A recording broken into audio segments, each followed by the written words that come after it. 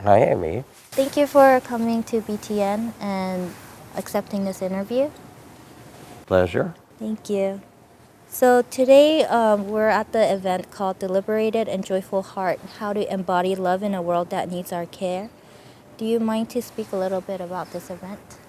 Be happy to. There is at this time in the world, and certainly here in the U.S., a great deal of cultural anxiety. People are worried about tensions between nations, about refugees, about climate change, all of those kind of things, economic pressures and disparity. It's true here in the U.S., and I'm sure it's true in Korea as well. And in the Buddhist teachings, which is the root of what we're doing today, is a benefit for Insight LA, Insight Los Angeles, which is based on Buddhist teachings. The very first central teachings are the Four Noble Truths. The Buddha starts by saying there's suffering in life. Not that life is suffering. Life has joy and beauty, but it also has suffering. There's causes to it: greed, hatred, ignorance, confusion, and there's an end to it. There is a possibility of freedom and joy. And so our teaching and our training today is bringing together several different teachers from different streams, Buddhist teachers, but also teachers from the yoga world and from the world of working in service with the most dispossessed people and so forth. And this beautiful man named Father Greg Boyle, who's a Catholic priest that works with kids coming out of street gangs, doing great work. All the work of compassion, the essence of our teaching is how to turn toward that which is difficult and to discover that there is a freedom that you can bring into any circumstance, in yourself and to others, so that suffering is not the end of the story. It's the beginning of what we have to tend to, and when we understand it and cultivate a steady and clear heart and mind, when we cultivate a great heart of compassion, then we can hold all of that, as the Buddha did, and say yes, this, and bring a sense of freedom and well-being and joy into the world. So the event in some way is to inspire people and remind them that this is possible, and to do some practices with them to show them how. Would you mind to explain about how compassion and loving kindness can be cultivated through meditation? In some of the monasteries where I practiced and trained, both in the Theravada tradition, but also in Mahayana and in the Zen and Son tradition and so forth, there was an understanding that if you practiced mindful awareness or you practiced a huato in the correct way, that compassion and love would come naturally. And it does, but it turns out for most people that it's actually helpful to deliberately cultivate compassion and loving kindness together with awareness or with a deep inquiry. And to do so, there are a number of beautiful heart practices that have been taught for thousands of years. Practices of loving kindness, trainings in compassion, practices of joy, practices of peace and equanimity, practices of gratitude and generosity. All are the expressions of the awakened heart. Each of these can be developed or cultivated, so that if you wish to cultivate loving kindness and compassion, the training would be to quiet yourself first, to set an intention that you will do this practice to open the capacity for loving kindness and compassion. And then to begin in a very systematic and simple way to bring to mind those that you most care about first. And if you think of someone that you care about very much or who you love, you are either invited then to expand that well-being and wish them well. May they be safe and protected. May they be happy. May they have well-being of body and mind. So you do a kind of almost like an inner well-wishing and directing loving kindness toward them. Or, Amy, you can think of someone you love and care about, and then let yourself become aware of their struggles, their measure of difficulty, the suffering or pain they have in their life, as in every human life. And even now, if you think of someone that you care about, and let yourself picture with that caring heart the struggles of that person, there naturally comes a movement of compassion. Just as if you saw a child who had fallen and hurt themselves, you would somehow want to respond. It's natural in us as a human being. And then seeing this person that you care about and tuning in to their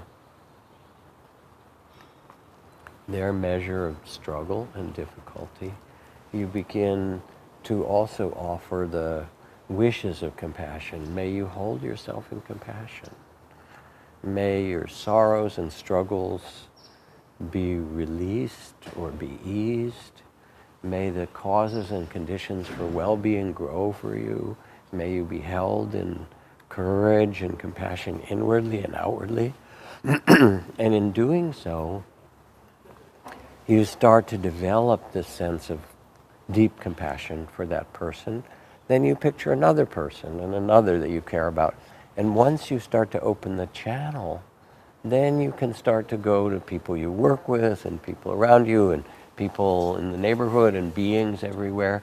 And you expand from those that you're closest to, where most naturally you would feel a tenderness or love. And gradually, by practicing over and over, you start to see the beauty and the love that you have for everyone, or you start to also, if you're practicing compassion, you start to feel the compassion that's natural to us, and it grows stronger in you. These are beautiful practices, and there are texts in the Mahayana tradition as well as Theravada tradition of how to practice compassion, how to practice loving kindness, how to practice joy. They're very important for this time in our life. And sometimes when people will come to meditate, they carry too much suffering or trauma or anxiety to begin to easily start with just mindfulness practice. And they need an invitation to soften their hearts and hold themselves with kindness and their own struggle and that of people around them. And that allows the meditation somehow to be held in a place of kindness in which our whole well-being then will flower and an inner sense of well-being and freedom starts to grow. When I teach mindfulness, I like to call it loving awareness as a translation. So it brings together these two elements of awareness or attention and love and compassion. And that's really what allows the inner freedom that the Buddha taught. In the midst of all the difficulties of life, it allows that inner freedom to grow, to blossom. Why do you think meditation is becoming so popular in America? And how do you teach meditation to those that aren't necessarily Buddhist?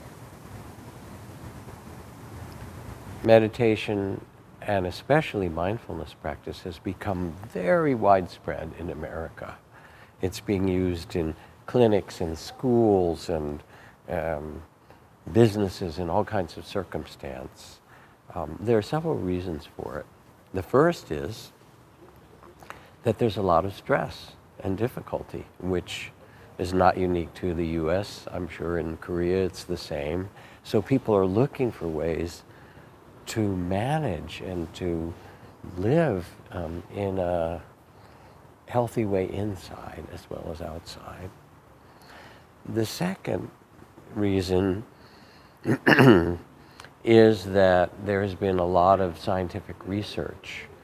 In the last 2 or 3 decades, there have been 6,000 research papers and studies on mindfulness and compassion training done by many friends of mine at Harvard and UCLA and Stanford and other great universities that show that the training of mindfulness and the training of compassion and loving kindness brings greater emotional steadiness and resiliency, allows us to face difficulties with greater balance, allows for deeper physical healing of all kinds of diseases and physical problems,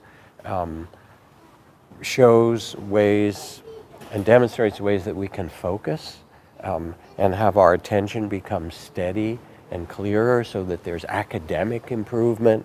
The social and emotional skills that people need to be good as children in school or in a workplace increase through the training of mindfulness and compassion.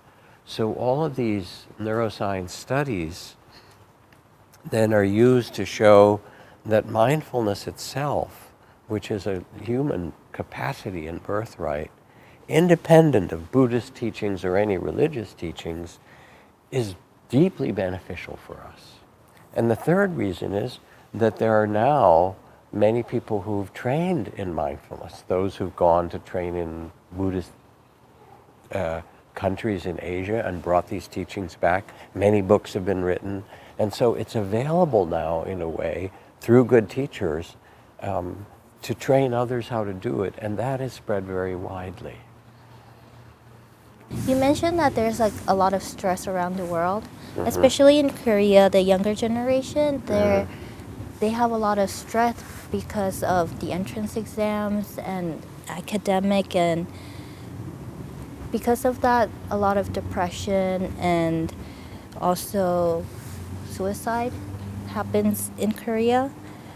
Do you think you can talk about some of the way meditation can overcome depression and stress for those Absolutely. younger children? If it is taught well to young people, meditation can be enormously helpful with the stress you're under, whether it's exam stress or family stress or other things like it. I had a middle school group come to our center at Spirit Rock, and they spent an hour or 2 learning meditation. And then I got a note from a young man who was probably 13, 14 years old. And he said, when I learned meditation from you, I wasn't very interested. I just wanted to hang out with my friends. But then later I started to get into conflict with my parents, which was really difficult. And I was angry and I didn't know what to do. So I went and found a quiet place to sit and did the little meditation instruction you taught me. And my mind got quieter and I felt kinder to myself and others. And I wasn't so mad and angry and upset. So I could talk to my mother after that. Thank you for teaching us meditation. So with good skill, meditation is really helpful. Otherwise, we have all these emotions, but we don't know how to deal with them. No one teaches us how to do this. With mindful, loving awareness, you learn how to hold all the different fears and emotions with compassion and how to steady yourself. And young people respond really well to this. We have a program called Mindfulness Daily, 15 minutes a day of training that has been adopted by many, many young people, and I want to offer it free to those who watch or listen for the Buddhist Television Network, and young people have found it very helpful. Thank you. Sure. So in meditation, the way Korean people teach Zen meditation or Sun meditation is that we focus on the breath. Yes. But we tend to realize that when we start focusing on the breath, many other thoughts arises. Yes. So is it more beneficial to really focus on the breath or focus on being aware? It's very simple. I mean, there are lots of good ways to meditate, and in San Huato meditation, breath is good. But it's not to become a good breather. The meditation on the breath is a way to develop awareness, and then as you start to become aware of the breath, you also notice all the other things, your thoughts and worries and hopes and love and joy, your emotions, your body things, all those become clearer to you because you're present. Then the mindfulness opens from the breath to be able to hold all of these things, and the neuroscientists call this expanding the window of tolerance, that you're able to be there for your tears and your joy and your hopes and your fears. All of those can be held in mindfulness, and that brings a kind of freedom. And then you begin to notice that all of it rises and passes like waves of the ocean. And so when you're afraid or when you're angry, or when you're very peaceful and you think, I always want to have it this way, you realize that in fact, everything changes. And then you become the field of awareness. You become the loving awareness that can allow all of this and still remain peaceful. There are a lot of meditators who also focus on the breath, but they utilize various techniques.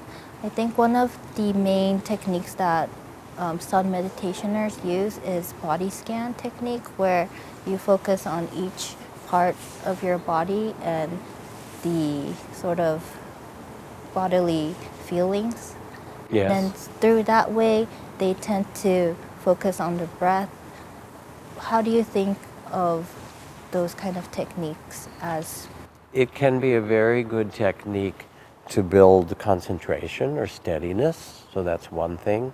It can also show you, as you get deep in it, the impermanence of all things. Wherever you put your attention, instead of feeling the solid body, it starts to become a field of energy that you experience that's more alive and always changing.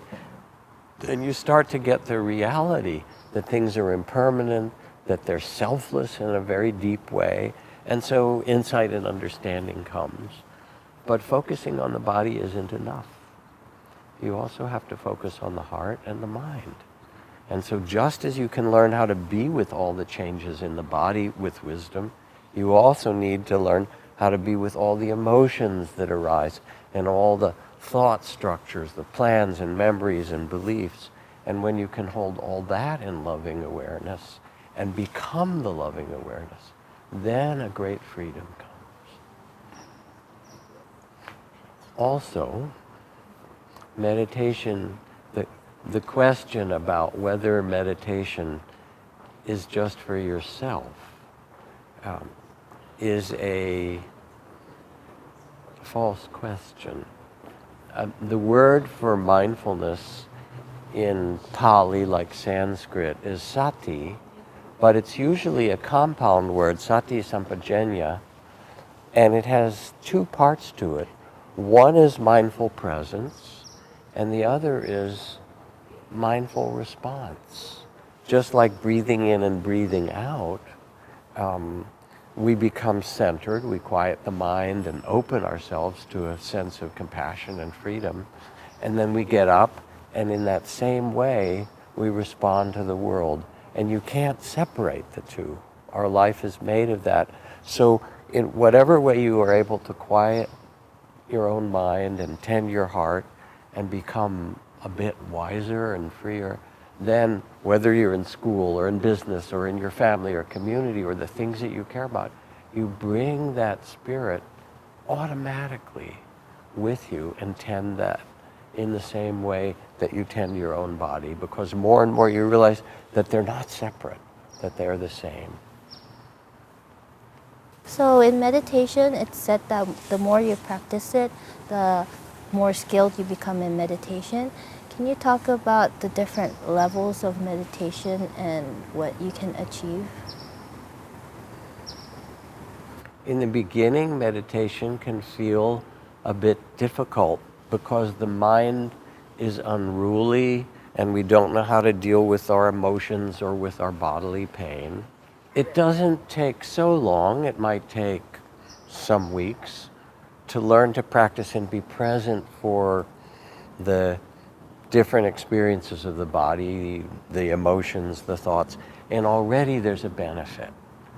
When it gets deeper, there comes a sense of inner stillness and steadiness and an openness to vastness that grows, or concentration can become so still that when you focus on something, it pixelates, it shows itself to be made of energy and vibrations, and the whole body can become a field of vibration, or it can dissolve into light. The mind then can open and be filled with joy or bliss or delight or vast spaciousness. The heart can open to boundless compassion. And then beyond that, there comes the realization that who we are is consciousness itself, is awareness, that we are the awareness. And all of this is the play within consciousness of body and mind. And that freedom allows us to be in any circumstance and see the play of birth and death and joy and sorrow from the wisdom of the Buddha. All of that's possible.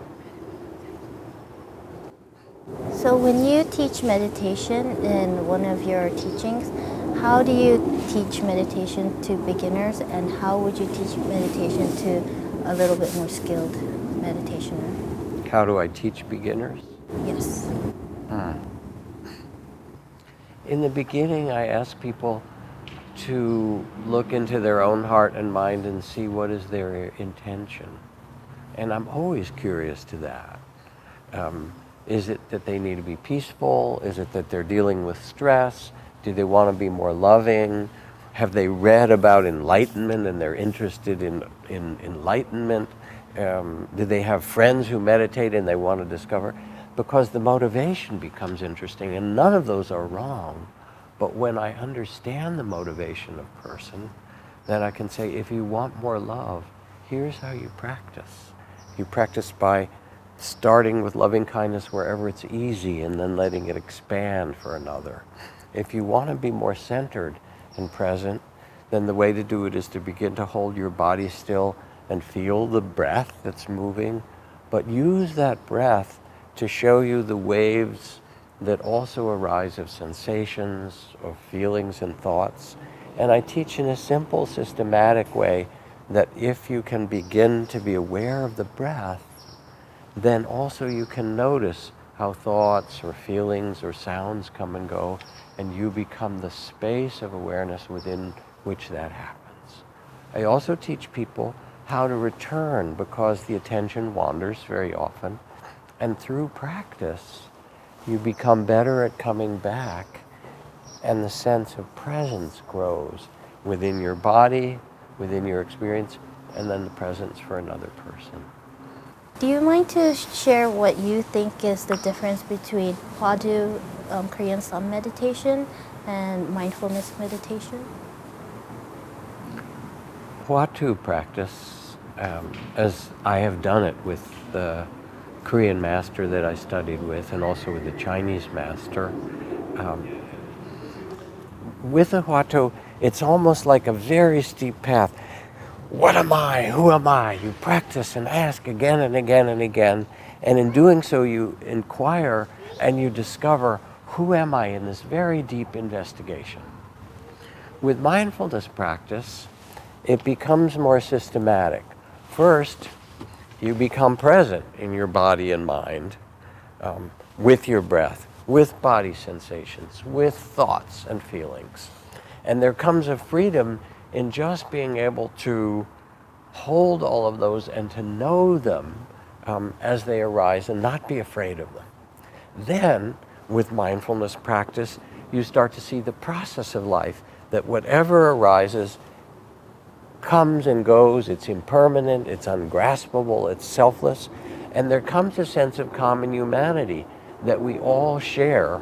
Suffering, difficulty, joy, you start to see that it's not yours, but it's the very nature of human incarnation. Then, as mindfulness deepens, you shift your attention from the body and the feelings and the changing experiences back to the awareness itself. This is the next level of freedom. And you become, or you look in, and you turn your attention to awareness. What am I? What is this awareness? And you discover that what you are is awareness itself. That consciousness was born in this body and leaves this body, that all of it is actually made of consciousness. And then you can rest in loving awareness. You become what my teacher Ajahn Chah called the one who knows. You become the knowing. And this is then very much parallel to the Watto practice. But as you've done this, you've also learned how to work with body and emotions and thoughts, and discovered all these other ways that mindfulness can bring liberation, in addition to coming back to discover that who you are is awareness itself. What MBSR and MSC is and how that relates to meditation? So two of the most widespread practices of mindfulness in the US that have spread to clinics and hospitals and schools are MBSR, mindfulness-based stress reduction, and MSC, mindful self-compassion. And they are both very simple, systematic trainings in how to bring awareness to breath, to body, to feelings and thoughts. That's mindfulness-based stress reduction, taught by John Kabat-Zinn. And the beautiful thing about them is they're taught in a non-Buddhist way. They're taught in a secular way, because in its essence, the Buddha taught a science of mind. He didn't teach a belief system. He didn't say you must believe this or that. He said repeatedly, you must see for yourself. And if you look deeply, you can see the way you get caught and suffering and difficulty, and also the path to freedom through mindfulness and compassion. Mindfulness-based stress reduction teaches a systematic way to do this without referring to Buddhism at all. It's just our human nature to be able to pay attention and get free. MSC, mindful self-compassion, starts with the understanding that many people in the modern world judge themselves, have shame, have guilt, have bad feelings about themselves, and don't know what to do with that. And when you develop the sense of compassion for yourself as well as for others, the heart starts to open, you become freer, a greater sense of well-being and dignity grows. These are based on the Buddhist teachings of compassion, loving kindness, and mindfulness, but put in a secular form. And in a very brief way, with 6 weeks, 8 weeks, 12 weeks, you can begin to change yourself. So they're beautiful practices. There's a lot of suffering in Korea, and also in Korea, in America, and across the globe. Can you send a more heartful and hopeful message for all those suffering? When you ask that question first, I have to let myself feel the suffering. I have to let myself feel the suffering of young people who are struggling to figure out how to make it in the society and who are also afraid about climate change. I have to feel the suffering of refugees. I have to feel the suffering of uncertainty or racism, all of these things. There's a great deal of suffering.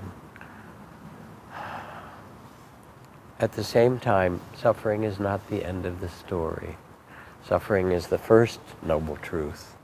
And it has its causes. And as young people look, or we around the world, we can see the causes of greed, We can see the causes of hatred and anger. We can see the causes of ignorance and, of not seeing one another, not seeing interdependence, thinking that we're separate, which is a delusion.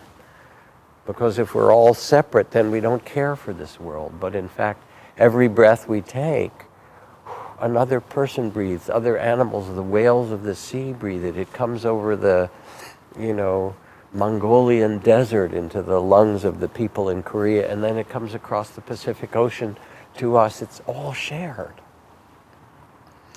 When we see this, then there naturally comes a care because it's us, it's our family.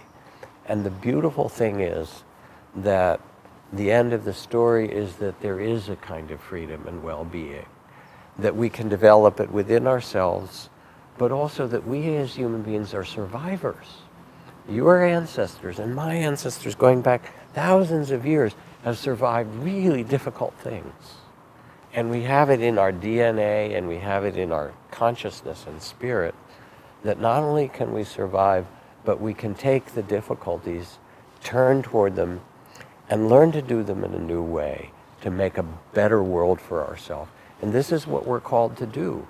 We're called to actually step up and use our human capacities of awareness and compassion and understanding and change the world. And it's not too late at all to do this.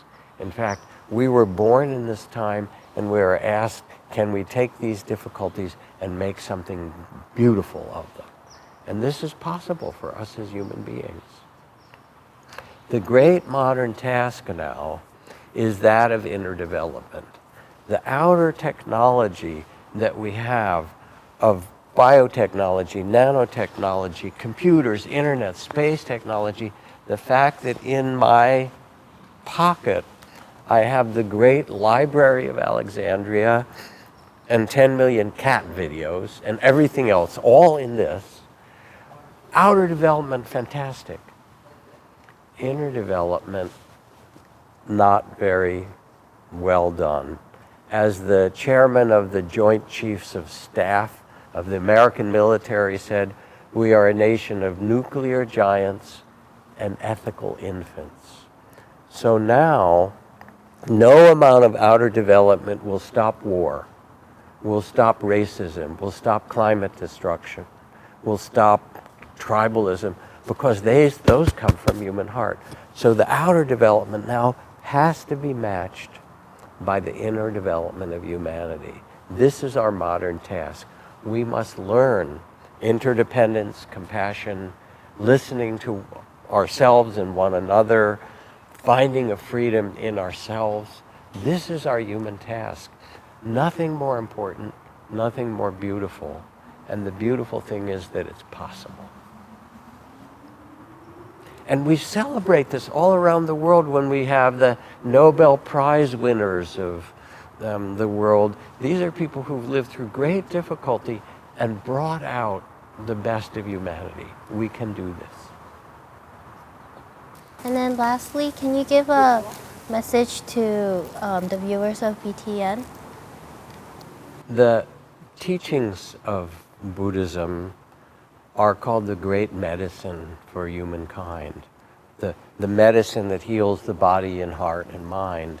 We are so fortunate to have these teachings in this world, and I'm grateful that the Buddhist Television Network in Korea is supporting the Buddhist community and giving voice and place for these precious practices to be used in modern time.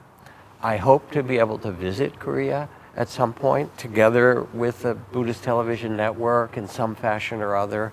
And more than that, I celebrate what Buddhist Television Network is doing and the Buddhist community of Korea, because these gifts are what humanity needs at this time. We don't need more oil, we don't need more food, we don't need more technology, we need more love. We need more wisdom and understanding, and these are what's carried and that will make a wiser and more beautiful world and beautiful society.